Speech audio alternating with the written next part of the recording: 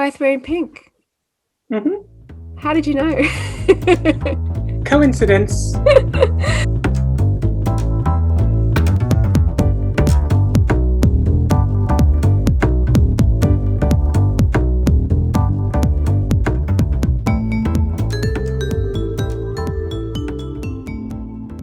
Welcome everyone to the Stoic Salon podcast, where we talk about life, love, work, play, the universe, and Stoicism.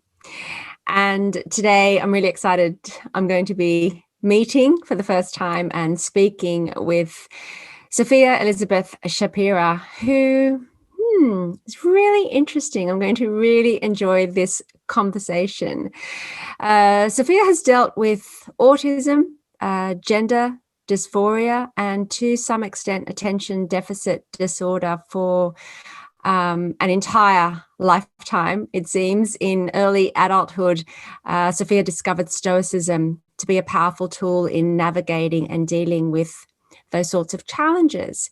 For nearly 2 decades, working as a software developer, Sophia began making YouTube videos and blog posts on a variety of topics, some of which included using Stoicism and experiences with using Stoicism.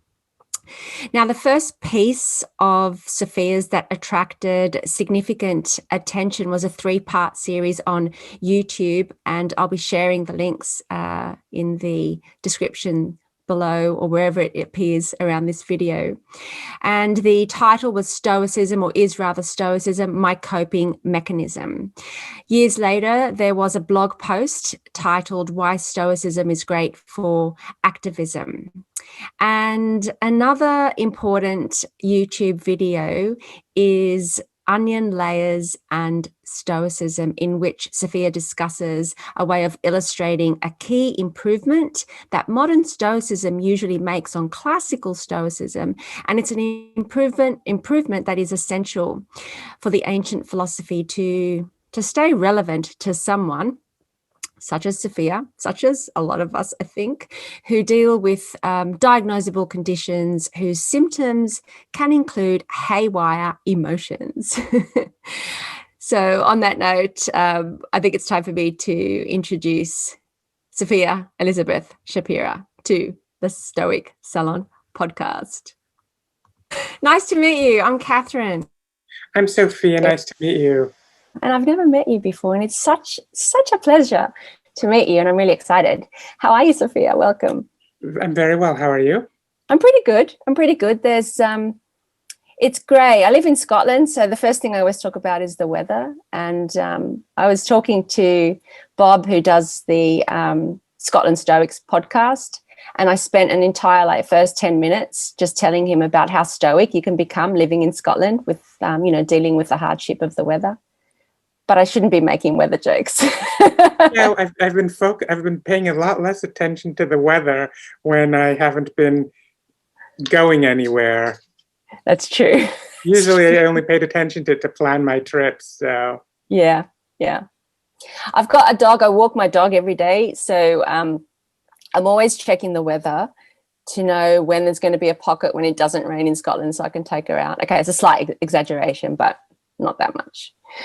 All right, so welcome again. One thing that interests me with this podcast, because it's a new podcast, is I'm really interested in what our stories that lead us to Stoicism. So I want to ask you about the before Stoicism, the after Stoicism, but also that point at which was that pivotal moment, that moment where you met Stoicism. What happened? Did someone give you a book of Marcus Aurelius, or, what happened? Was it a natural sort of love at first sight experience with Stoicism, or was it difficult, etc.? So I think I might start there, and then we'll see where the conversation takes us. So be as candid as you like.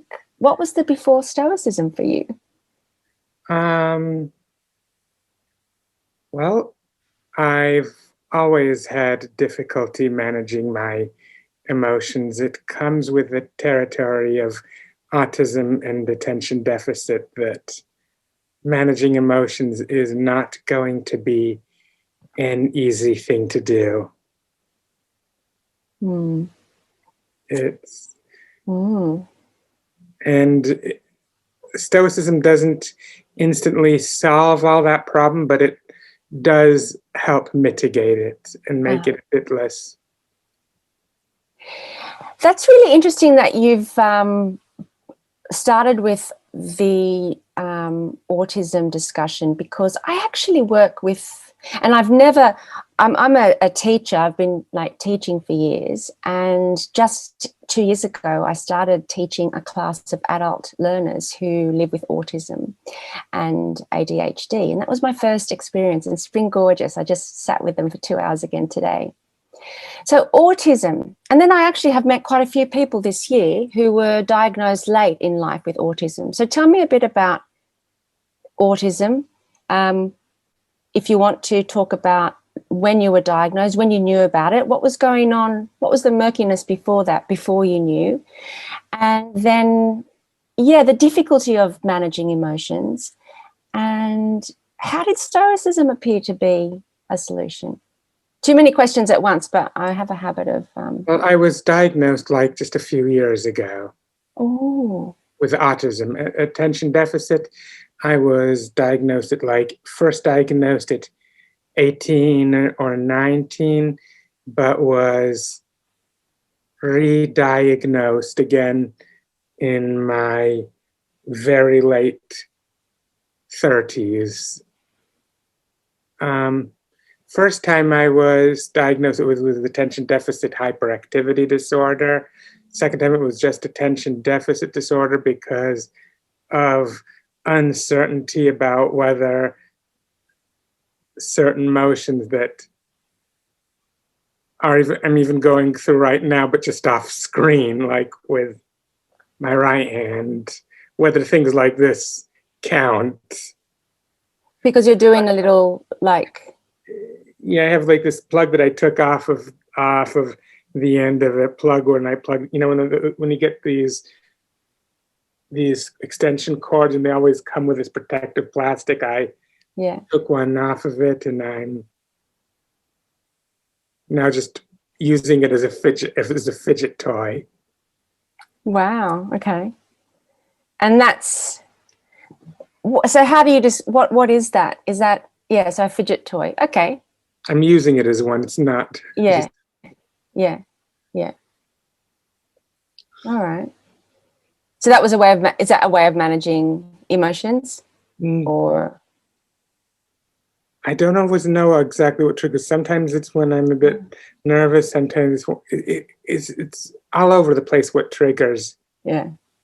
Triggers it, and hopefully, whenever it happens, there's something nearby that within hand's reach that I can fidget with. Hopefully. Yeah. Hopefully. I've actually started fidgeting with my lipstick, so I don't know if that adds to the conversation. But okay, so that's interesting. And then how does Stoicism fit into the puzzle of you and autism and attention deficit disorder? Well, I'm obviously the Epictetus and Marcus Aurelius believed basically that the mind could be trained to be an unassailable fortress. That basically no matter what happens out in the outside world, your peace of mind, if you're properly trained, won't be disturbed. The world of attention deficit disorder and autism, we're a bit more keenly aware that it's not always that simple. But I've learned but that doesn't, just because I have to disagree with them on that point, doesn't make their philosophy useless or irrelevant. Have you seen Shrek? Yes, of course. I've seen Shrek. Love. Yeah. And you know what? The part where they're walking, and says, ogres are like, can't do Shrek's voice well. Ogres are like onions, they have layers. And the donkey's like, make like people like cakes have layers. Like, no, ogres aren't like cakes. And then they were, and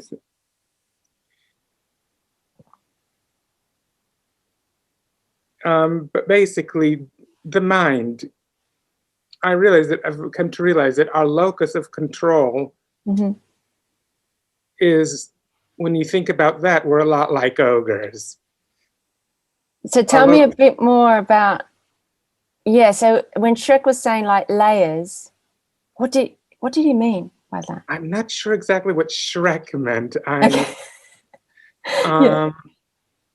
Probably the more I'm guessing probably something along the lines of the more you get to know and the more things you discover about them. Okay. That's what I'm getting. Yeah. But when I'm talking about understanding our locus of control in that way, it's a bit different. Basically,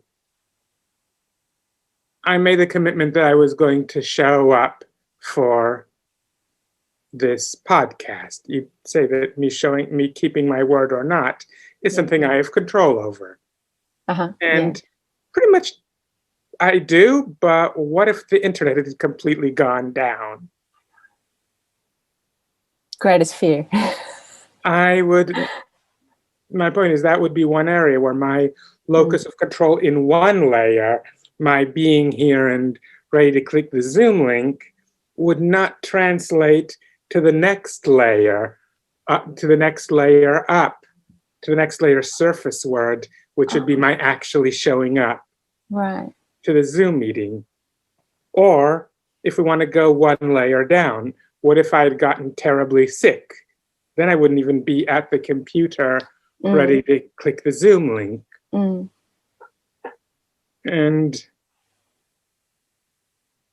And we could go either further down, but the thing is that when you analyze locus of control, but the thing is that it doesn't stop when we get to the boundary between the mind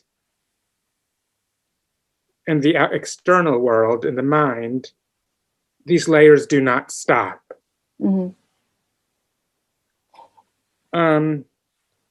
For instance, I was, of course, nervous about this podcast because I haven't and then I was a bit nervous about this podcast because it's not logical to be nervous because what is there that can be affected that is of value to me as according to what Stoics? The impression I make on people, that's their decision, not mine. If people get really angry, if I say something inappropriate and people get angry at me, it's somewhat my blame for saying something if it truly was inappropriate, but not the people's reactions to it. It would be, if it actually was inappropriate, then it would be on me for having done the wrong thing, but of no consequence that what other people react to it. But as I said, we don't always think that way. I still, despite all the lack of logical Stoic reasons why I should feel nervous, I was nervous. So I realized this is an area. This is just like Stoic Epictetus says that lameness is an impediment to the foot, but not to the will. I sometimes say this feeling of nervousness is an impediment to the amygdala, but not to the will. I love that. I love that. I love that. Yeah, but not to the will. So just before this podcast, then you were nervous. And so then you did you used the fidget tool and you're still using it. But then do you actually then do you have like a Stoic practice that you call on when you need it? Like, is there a quote or like, how do you get from being nervous to showing up or are you still nervous? Were you still nervous? Well, I used to actually have like a set of like things that look a lot like prayer beads to say certain mantras, but those, I mean, gathas, but those didn't really work very well because when they say it over and over, it becomes just a ritual and not an act. I'm not saying that it doesn't work for anyone, but it didn't work too well for me. I just had to sit and actually think through this and realize I've read the Enchiridion of Epictetus. I've read the Meditations of Marcus Aurelius. I understand the concepts, but remembering to call upon them when I need them can be a challenge. The other day, I took a walk for the first time in a long time. Recently been vaccinated, but you know how these vaccines are not 100%. So people who go around not wearing their masks are still kind of annoying, but I can't, it's not in my power to make them do what they're supposed to do. Fortunately, the circumstances were such that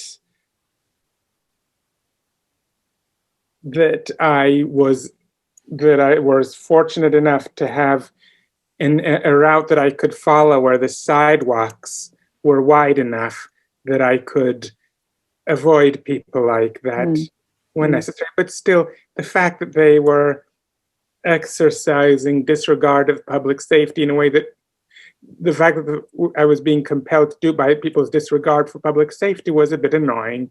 So I reminded myself, as Epictetus would suggest, that the exercise of dodging and avoiding those people was the price that I paid for peace of mind.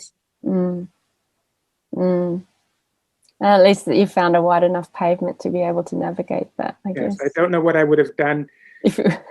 Hopefully I would have thought of something. However, being autistic, I often don't remember to do this until after I've gotten significantly upset. So I did get a bit upset. Hopefully not visibly, but I did get quite upset before I started actually doing this. And for the first 1/4 of my walk, I was kind of in a bad mood until I remembered my Stoic practice. And I kind of like what you say. You said that, you know, you were using those beads in order to kind of repeat mantras, etc., but that didn't work. But what works is to think things through. And I was thinking, so Stoic meditation and practice is kind of different from that practice where you kind of meditate with, you know, repeating mantras or affirmations, etc., which is kind of an interesting meditative process, and it can pull you out of things and help with nerves, etc. But Stoic practice is about thinking things through, isn't it? And that's what brings about the transformation, doesn't it? From nervous to, or angry to, I can do this. I was hoping that through the repetition of gathas, actually, mantra is just a sound. Technically, a mantra is just a sound, while a gatha is a phrase. A gatha, okay. So many people do use the word mantra when they mean gatha. And even I almost think that. But basically, repeating gathas was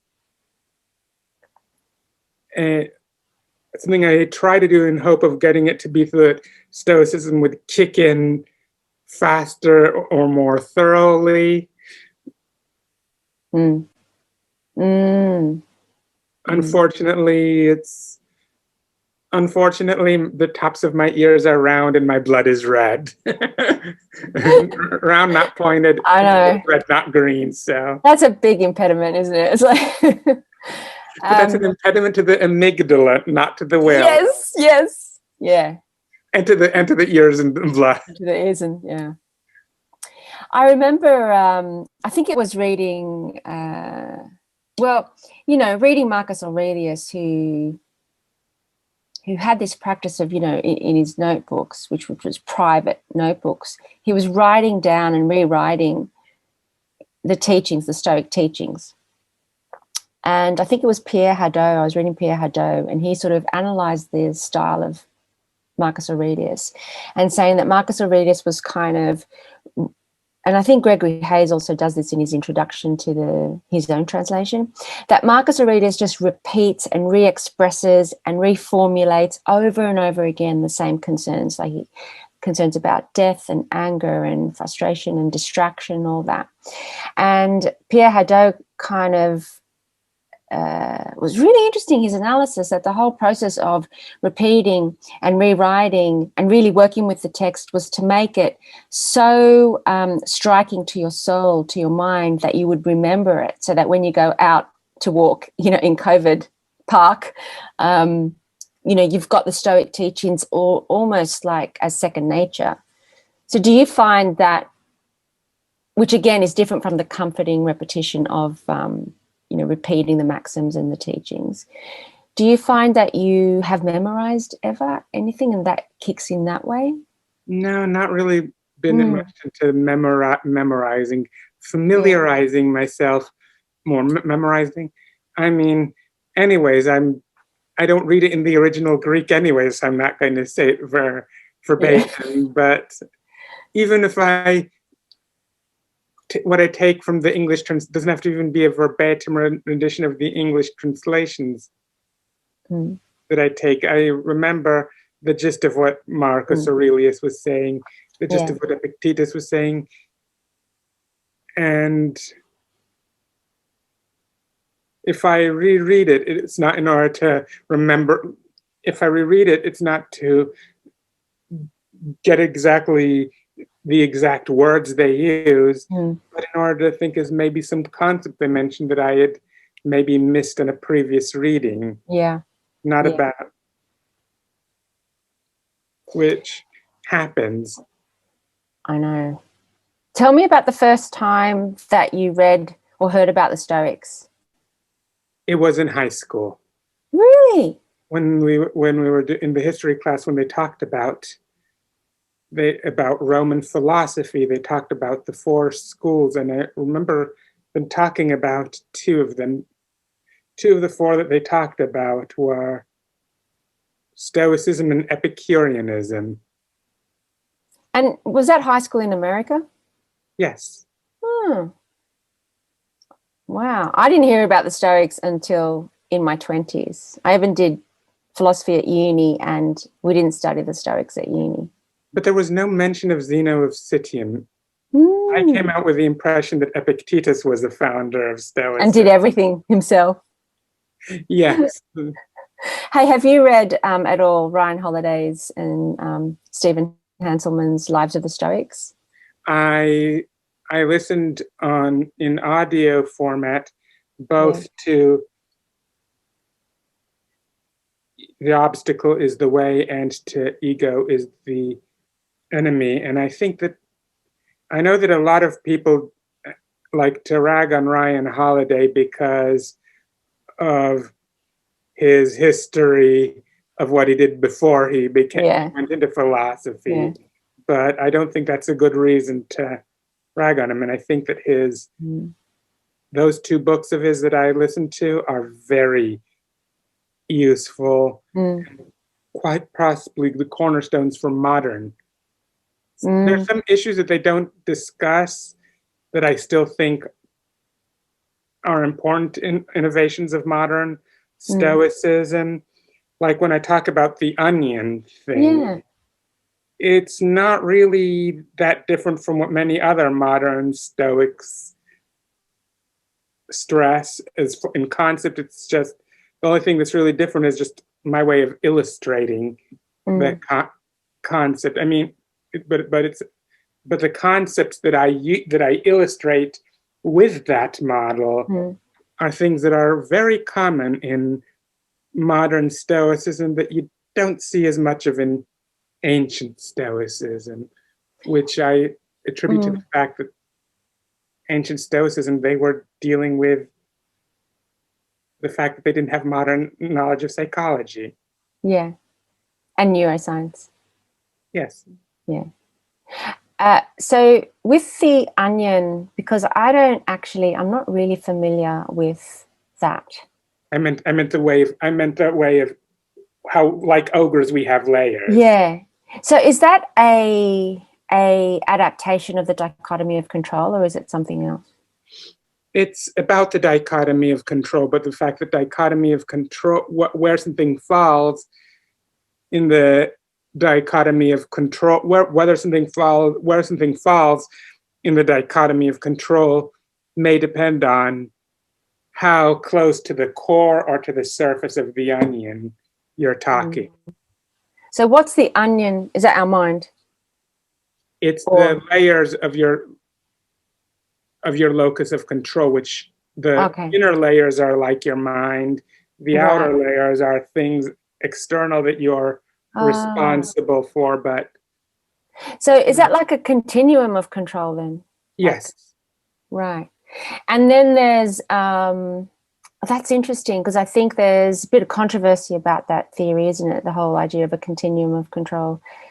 And then there's a trichotomy of control, right? So 3 parts. One is what you have completely 100% in your control, what's 100% not in your control, and what's like partly in your control. Yeah, problem with the trichotomy of control is that I think that the thing that are partly in your control are nearly everything. I know. So, okay, I probably don't have, there are some things where your level of control is so minimal as to be negligible, but you still have a tiny bit of potential influence.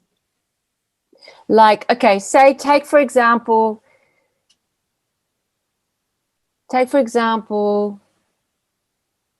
okay, showing up for this podcast, right? Yeah. Yeah, my level of control over me showing up for here is fairly high, but okay. So so the Stoics, the Stoics would say that you have your thoughts about showing up, so your intention to show up. So I intend to show up. And then you have complete control over what else?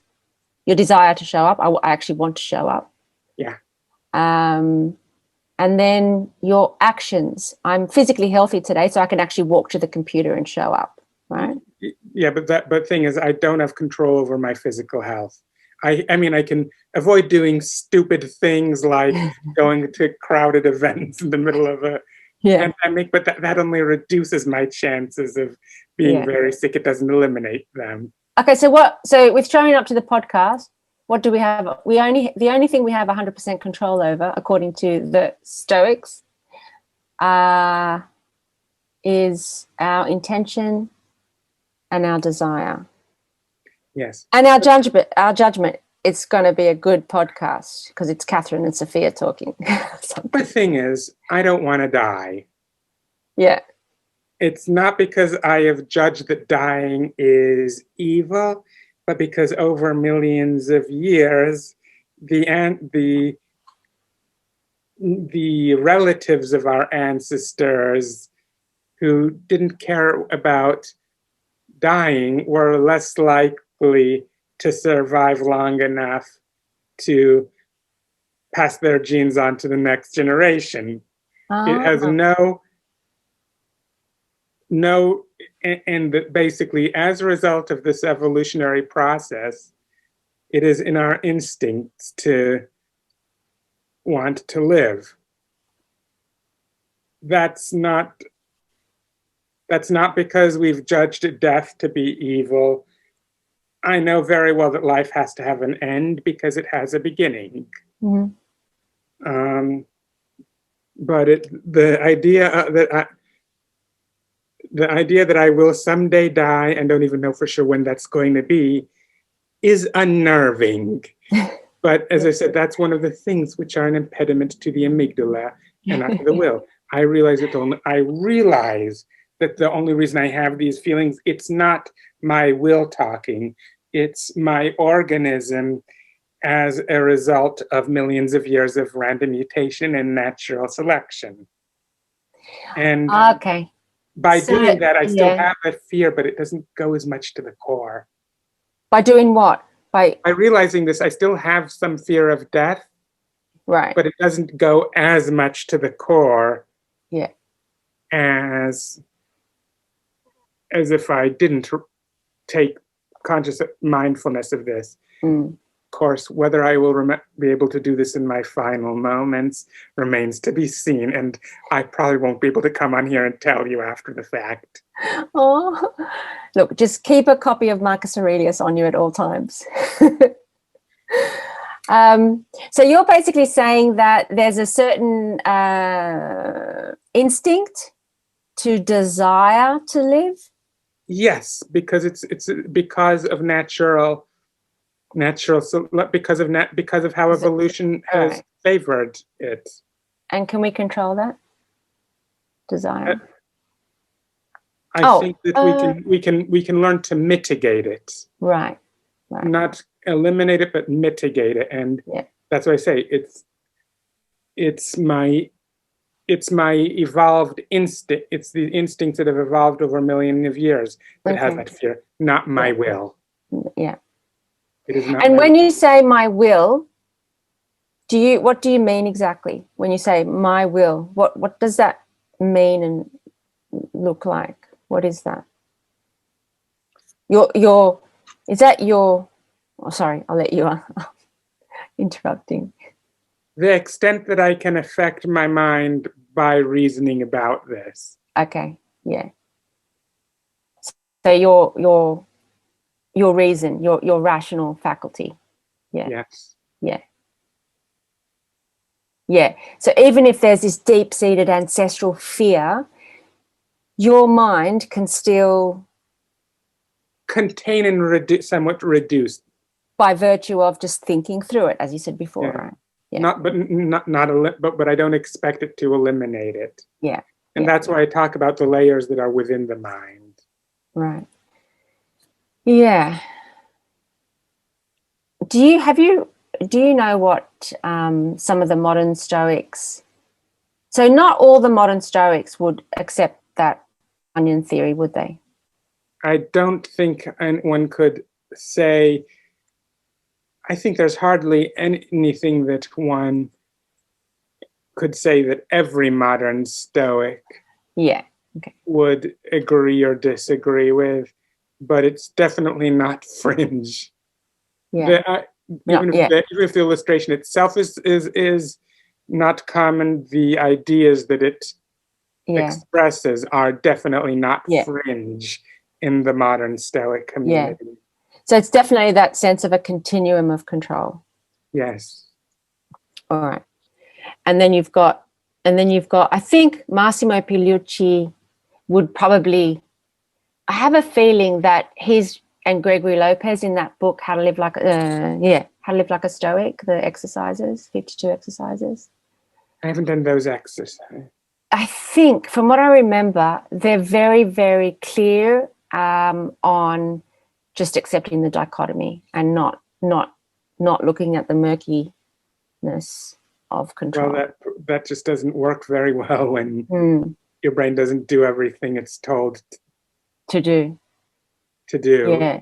It doesn't work. It doesn't work well. Yeah. It's just... And I like what you say, because I think that, and probably the original Stoics would agree with you, that you kind of have to find a way that works for you. Right? Well, to some extent, Although I get the impression that at least Epictetus was under the impression that the dichotomy of control model would work for everyone. Yeah. I may have misread him, but that's the impression Yeah. I get. I think he's pretty clear, or at least Arian. The way Arian records it is pretty clear. You are right. We don't actually have records from Epictetus himself. But we trust Arian. He was a good student. Yeah. That he's not, that he'd keep his editorializing in his own writings. Hey, you know what I love about Arian? I think it's in the discourses, right? At the beginning, there's this little prologue or something. And he says, I don't know if you remember it, but it really strikes me because I'm a writer. And so he says, okay, so I'm not the author of this work. I am just writing down what Epictetus said. And I'm doing this because, you know, he basically told us as students to write things down so that we can help others, right? And he says, I don't care if people think I'm not an author, but I'm doing this so that Epictetus's words can be on paper and helpful. And I love that because he's like, well, I just think he's a real sweetheart saying, you know, all right, it doesn't matter if you don't think I'm a author. I mean, he ended up being, you know, massively famous, but, you know, he says, I'm just writing, I'm recording Epictetus's words. I love that little bit. That's my favorite bit of the discourses. It's totally relevant. The source of the discourses that I can find are on the sacred texts archive. I unfortunately haven't read all of the discourses, but I read many of them, and I don't recall it having that part in the edition that I saw. Maybe it's because I missed it. Maybe because I think I was really interested in it because I just found Arian as like just a really interesting character who, you know, was just recording what Epictetus wrote. I thought that was an interesting role to have. And I found it here. Oh yeah, it is here. Yeah. Arian's discourses of the preface. I did not write down the lectures of Epictetus in the form of a book. Yeah.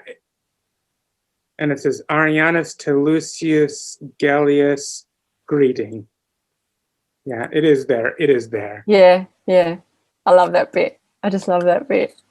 I know it's totally like not relevant, but it's really important to me. Yeah, I didn't know whether the edition that I saw had omitted it or whether I just skipped over it by accident. Yeah. I just skipped over it by accident. Okay, so tell me about. You have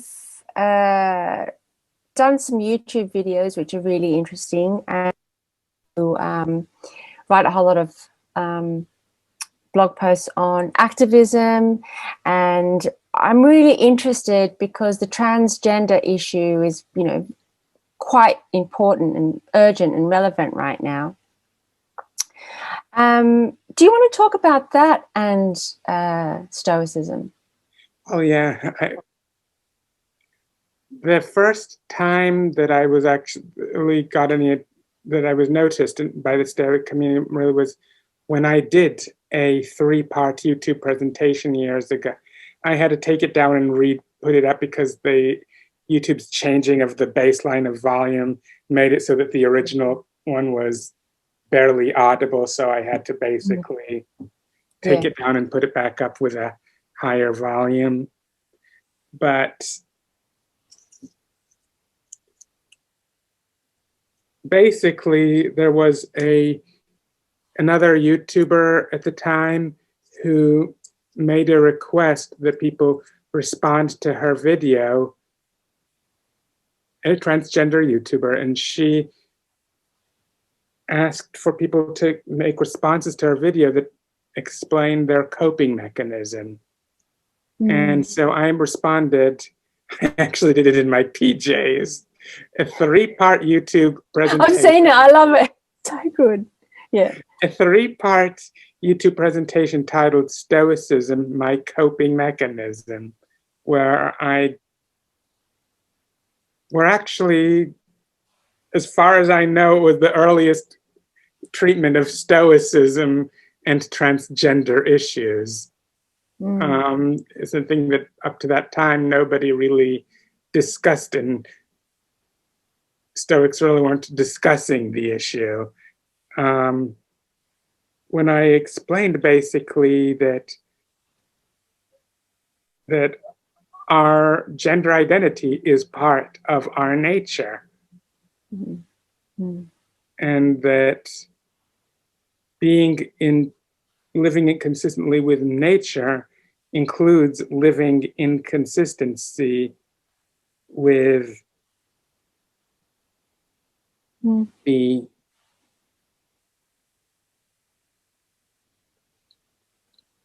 living consistently with nature included living in consistency with our gender identity. However, there's other things that are not in control. Hate crimes are a serious thing that threaten the transgender community. Leaving the house can be scary.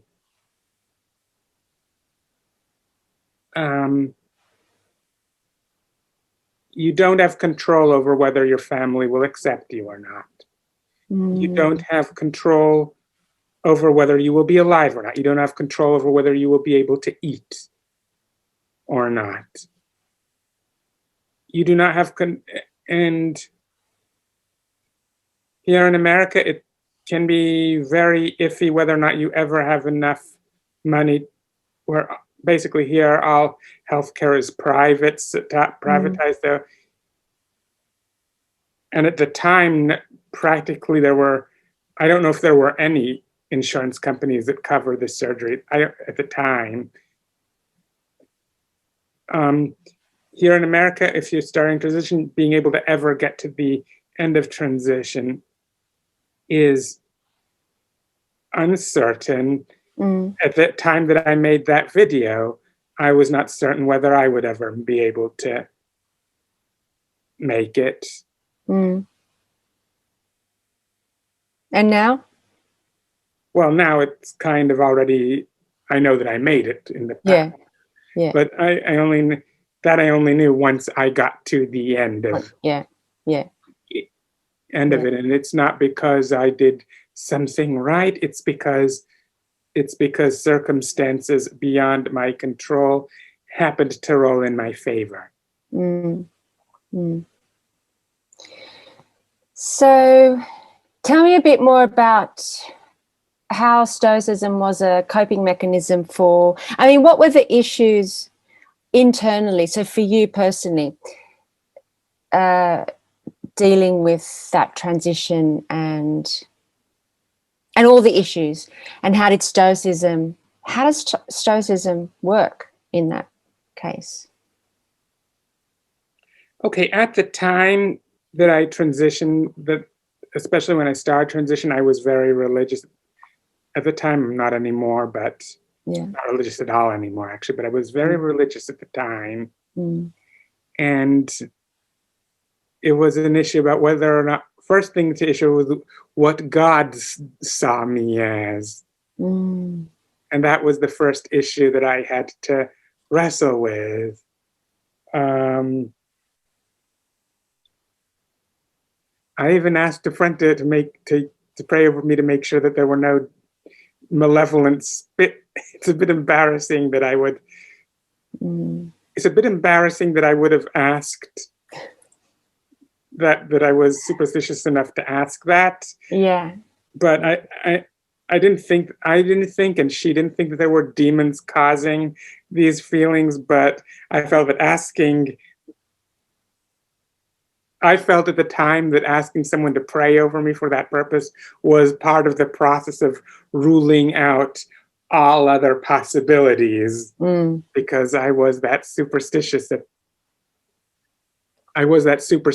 the time.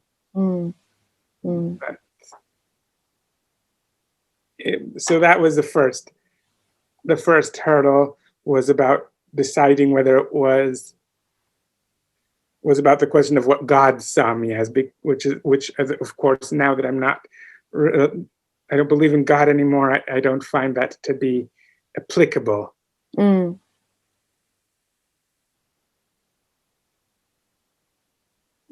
Now that I don't believe in God, I no longer find that question to even be applicable. But it was that was the first issue I dealt with. Then the next issue was I had no idea how my family would handle this. Turns out that once they realized it was a real thing, they became supportive once they realized it was a real thing. But those were days when it wasn't as widely known about as it is now. So that wasn't immediate.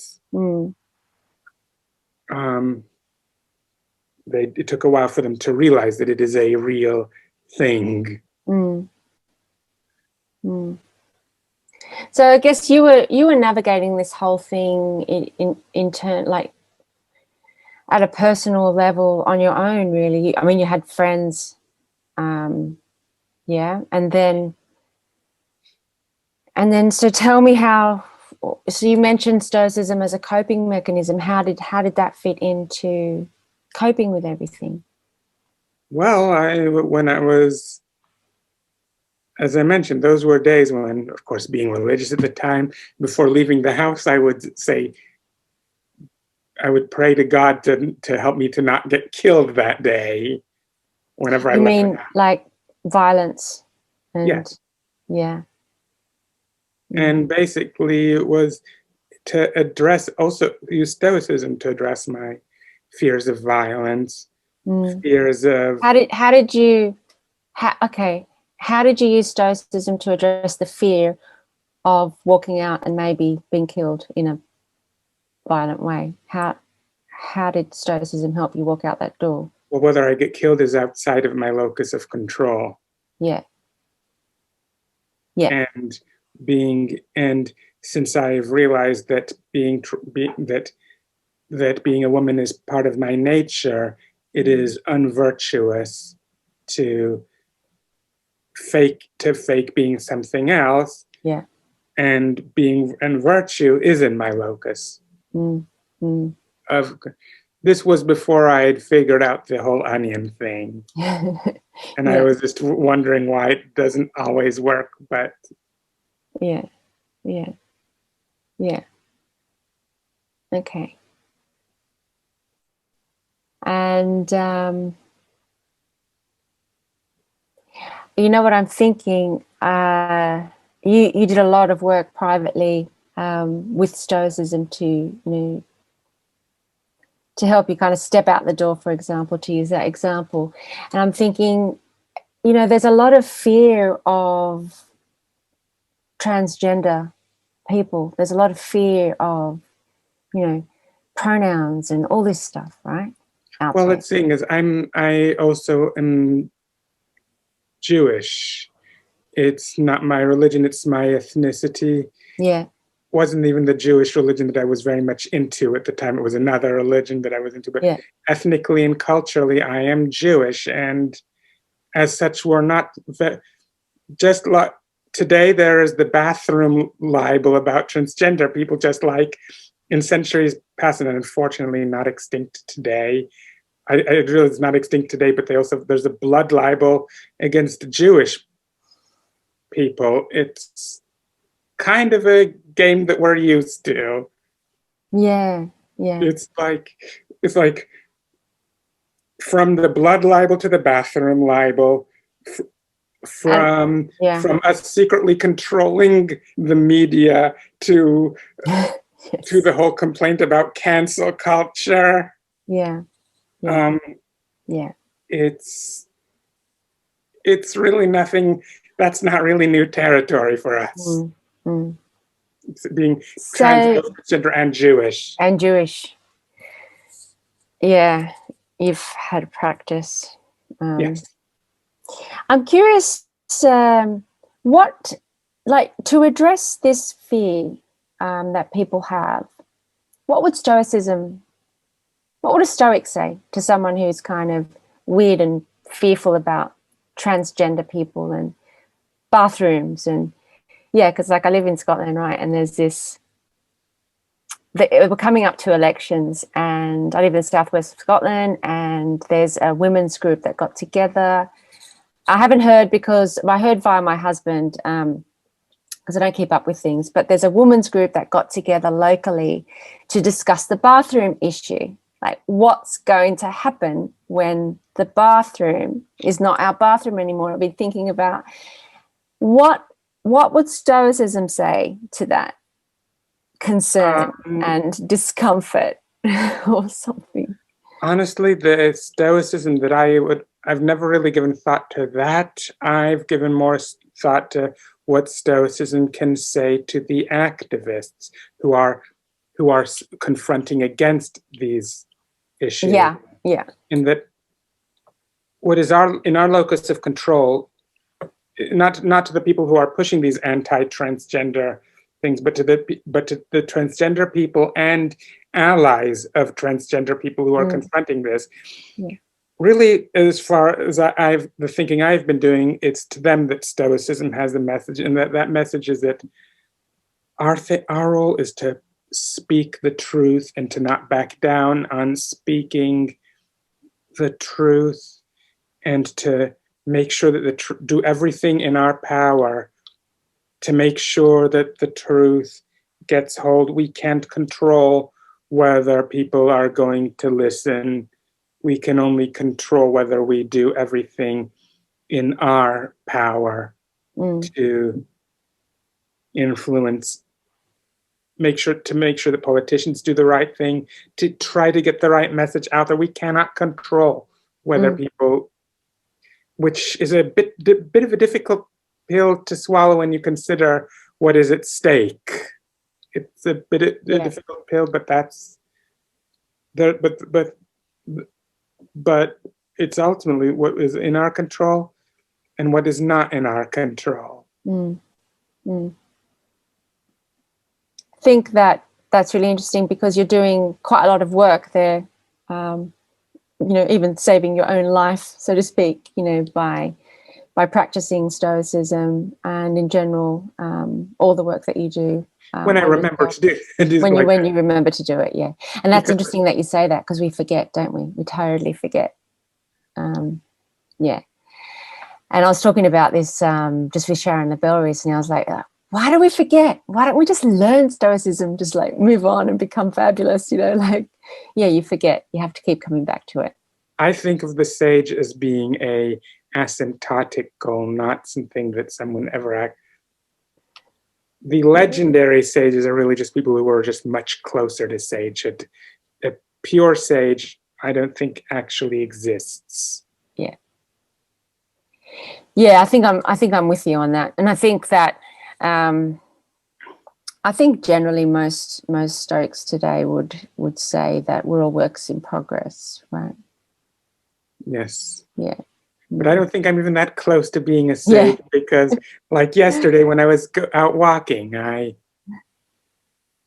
it was like a quarter of the walk before I realized that I should apply my Stoicism whenever I see those people without masks. Yeah. Yeah. Yeah, it's like you need a note by your door saying, okay, don't forget to take your Stoicism with you. Yeah, it's like Marcus Aurelius says, like, begin this morning by saying, today I will encounter this, that. You may as well have added people who aren't wearing masks. Yes. Yeah. Yeah. And then it goes to say we're all meant to work together. So, yeah, you just step on that side of the pavement and I'll step on this side of the pavement. Yeah. Yeah. Do you actually do, okay, so I know you just said that, when I remember to do my Stoic practice, but when you remember, is it always kind of in the middle of a sort of crisis, like mini crisis, like the COVID, walking crisis, or is it sometimes? Yeah. Do you ever remember to do it before? Like, okay, so I had been to New York and I went to, the New York Stoa where Massimo Pigliucci is, etc. And he was talking to us about how he prepares for his day. I just love this. It just blew me away. So you know how we always check our calendar to see what we have on? Like, oh, yeah, we got meetings on or whatever. Well, what Massimo does is like he looks at the calendar and sees I've got a meeting on. But then his preparation then is like really analyzing what's going on in the meeting. Like, okay, so at this meeting, Bob's going to be there. Bob tends to make me angry.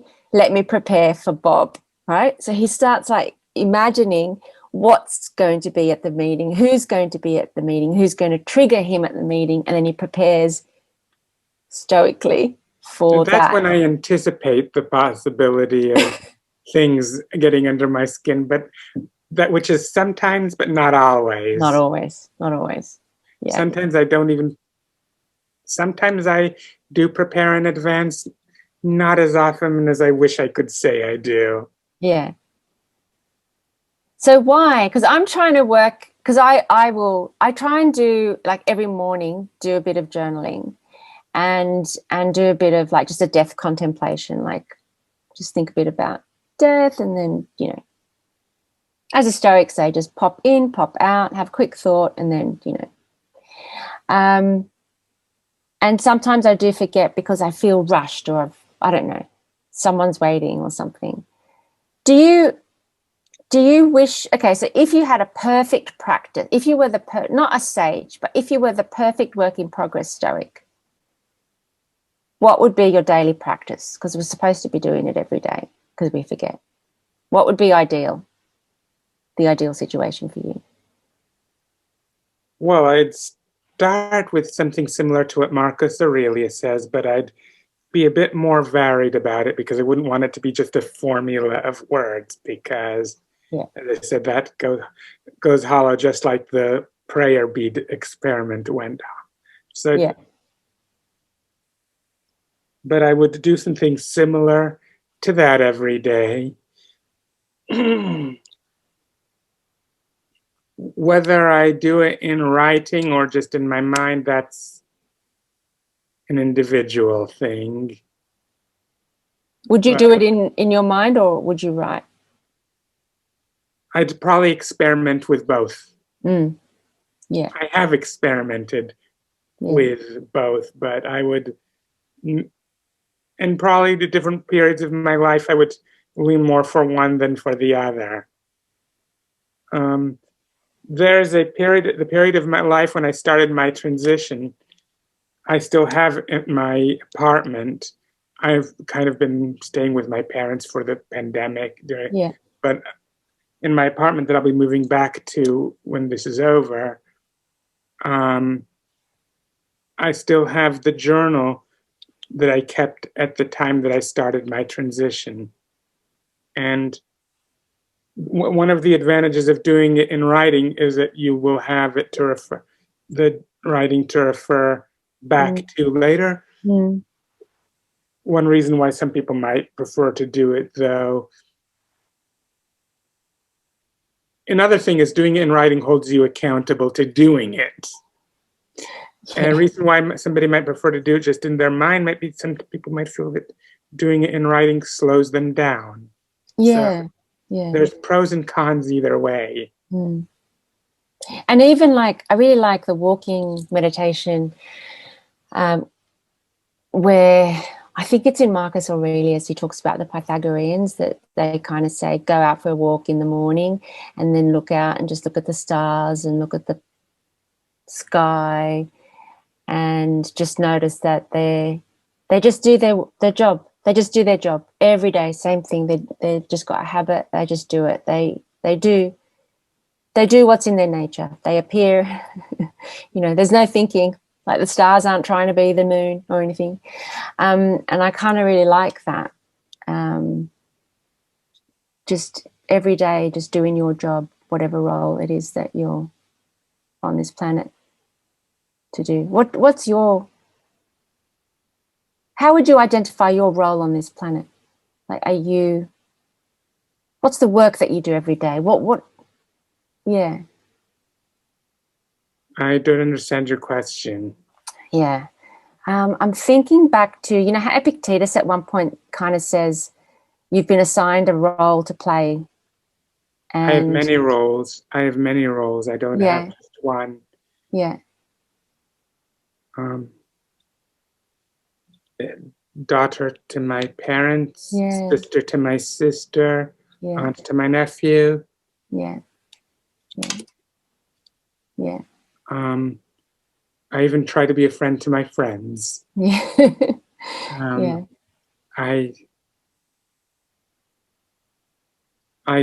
And to transgender people of generations later than myself, I try to be a parent of sorts, in that I try to pave the way for them to have a better life than me. Because I don't actually have any kids, but I kind of taking them, and I mean, in the sense of I try to pave the way so that then in next future generations they'll have a better life, better opportunities than I did. Yeah. Do you have like a group of transgender friends or a community, and then do you kind of share Stoicism with them? Or well, as I mentioned, the Stoicism My Coping video was directed at another transgender person. That's right, yeah. And I sometimes in communication with others online, but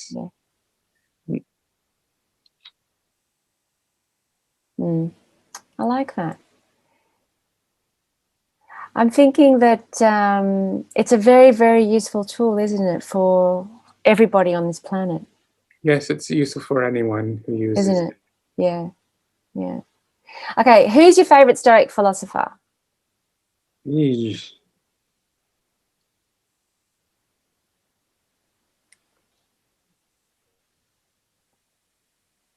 It would have to be a toss-up between Epictetus and Marcus Aurelius. If you had to choose one of them. It's a silly question, but I'd have to pick Epictetus because I cannot imagine us being able to navigate Stoicism without the benefit of the Enchiridion.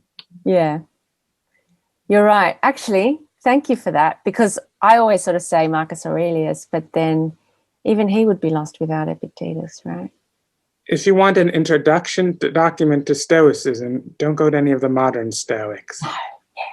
Epictetus and Arrian had that covered centuries ago. Then you can go to some updates to other places for some update tweaks, but as far as a basic primer, yeah, nothing beats good old Epi. Sophia, I wanted to ask you, you'll be talking at the first ever women's conference on Stoicism, and how do you feel about that? I'm looking forward to it. Me too. It's first time I recall. I'm trying to recall if I've ever. It's definitely something I'm looking forward to. I hope it goes well. Ultimately, the only thing that's in my control is me doing my part correctly. So I just hope I don't screw that part up. Well, your talk sounds really interesting, because you're talking about the onion. No, you're talking about the onion, yeah. And I love the title of your talk, which is, I had it here in my notes. Yeah, keeping Stoicism relevant when your brain won't cooperate. Yeah. Is that it? I love that. I love that. And that's about the onion layers, yeah? Yes. Give me a 3-sentence summary of your talk. Basically, many times our brain doesn't always internalize the disciplines that we tell it to. And some people might think that this might make Stoicism irrelevant to someone whose brain doesn't follow through in everything we tell it to do. But by viewing our consciousness as layers of an onion, like an ogre in Shrek, we can find that even though Stoicism doesn't solve everything, it solves enough to be well worth its while. Yeah. That 3 sentences. That was beautiful. I can't wait for it. That was great. Really looking forward to it, Sophia. And thank you so much for joining me on my little new podcast, which is launching on the 1st of May. And yeah, hopefully we get to chat again soon. Okay, we'll talk to you later. All right. See you. That I did not plan. That's Take care. Bye.